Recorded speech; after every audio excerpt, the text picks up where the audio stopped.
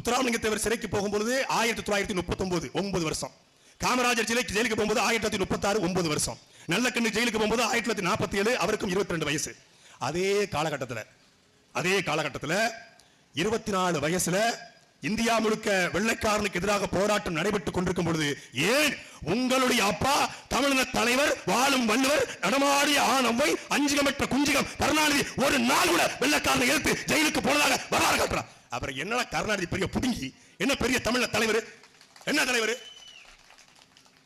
காமராஜர் ஜெயிலுக்கு போயிருக்காரு, முத்துராமலிங்க தேவர் ஜெயிலுக்கு போயிருக்காரு, கக்கன் ஜெயிலுக்கு போயிருக்காரு, ஜீவானந்தம் சிறைப்பட்டிருக்காரு, பாபு சிதம்பரம் சிறைப்பட்டிருக்காரு, பாரதிதாசன் சிறைக்கு போயிருக்காரு, பாரதியார் ஜெயிலுக்கு போயிருக்காரு. ஆனால் ஏன் காமராஜ் ஏன் அண்ணாதுரை போகல, ஏன் கருணாநிதி போகல? சொல்லு, ஒருத்தன் சொல்லு.